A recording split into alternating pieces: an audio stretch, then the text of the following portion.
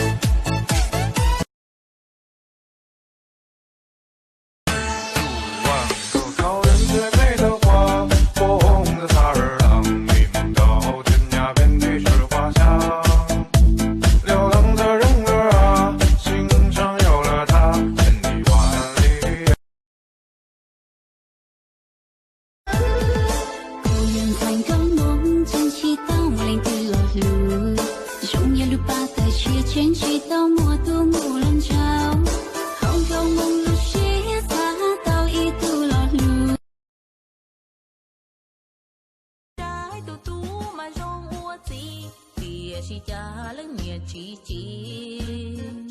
sai tu tu với rong ua vào tìa chỉ cha lớn nhẹ nhau nhau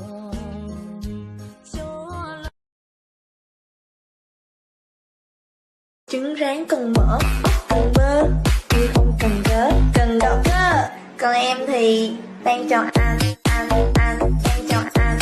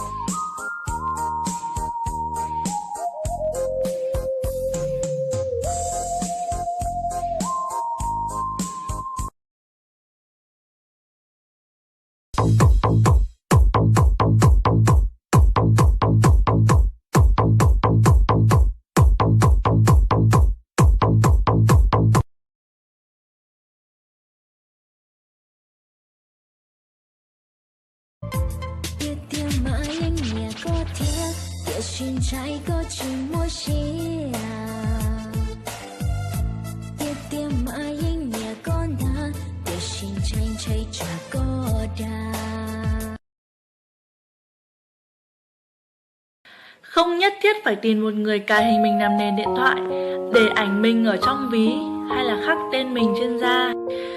Người mà mình mong muốn ở cạnh nhất chính là người không bao giờ rời bỏ mình lúc mình xấu xí nhất, mệt mỏi nhất, tuyệt vọng nhất.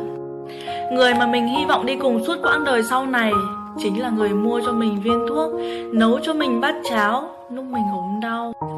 Người mà mình mong chờ nhất vẫn là người dẫu chua cay mặn đắng vẫn nguyện.